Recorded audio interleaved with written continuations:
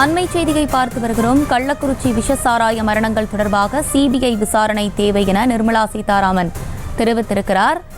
விஷசாராய பலிகள் தொடர்பாக சிபிஐ விசாரணை தேவை என நிர்மலா சீதாராமன் தெரிவித்திருக்கிறார். அதனை அண்மை செய்தியாக பார்த்து வருகிறோம். மாநில விசாரணை அமைப்புகள் விசாரித்தால் உண்மைகள் வெளிவருமா என்பது சந்தேகம் எனவும் நிர்மலா சீதாராமன் குறிப்பிட்டிருக்கிறார்.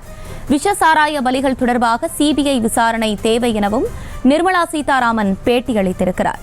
கள்ளக்குறிச்சி விஷசாராய மரணங்கள் தொடர்பாக சிபிஐ விசாரணை தேவை என நிர்மலா சீதாராமன் பேட்டியளித்திருக்கிறார்.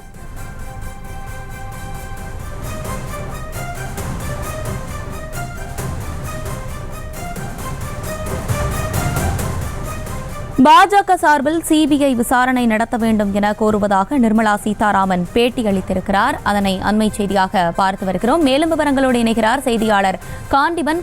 வணக்கம். இது குறித்தான முழு விவரங்கள். அஸ்வினி, மத்திய நிதி அமைச்சராக இருக்கக்கூடிய நிர்மலா சீதாராமன் அவர்கள் ஏஎன்ஐ செய்தி நிறுவனத்திற்கு பேட்டியளித்திருக்கிறார். அந்த பேட்டியில் என்ன குறிப்பிட்டிருக்கிறார் அப்படிங்கிற அந்த கள்ளக்குறிச்சி விஷசாராயுடைய பலிகள் அது சிபிஐ விசாரணை வேண்டும் அப்படிங்கிற ஒரு விஷயத்தை குறிப்பிட்டிருக்கிறார்.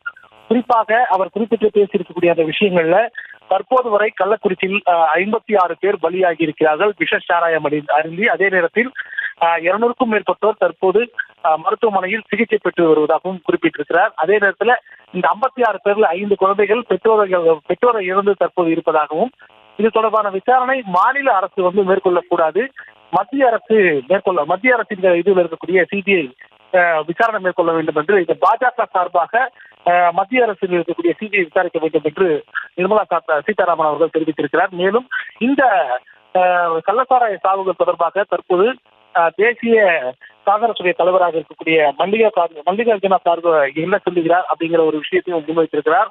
ராகுல் காந்தி எங்கே போனார் என்ற ஒரு கேள்வியும் அதுல பேட்டியில கொடுத்திருக்கிறார். தொடர்ந்து இந்த விஷயம் தொடர்பாக மாநிலத்தில் இருக்கக்கூடிய மாநில காவல்துறை விசாரிக்கும் பட்சத்தில் அதில் இருக்கக்கூடிய உண்மைகள் வராது. ஆகையால் பாஜக சார்பாக சிபிஐ விசாரிக்க வேண்டும் அப்படிங்கிற ஒரு விஷயத்தை நிர்மலா சீதாராமன் ஏஎன்ஐ செய்தி நிறுவனத்திற்கு தெரிவித்திருக்கிறார். அஸ்வினி, செய்திகளை உடனுக்குடனும் துல்லியமாகவும் தெரிந்து கொள்ள சப்ஸ்கிரைப் பண்ணுங்க.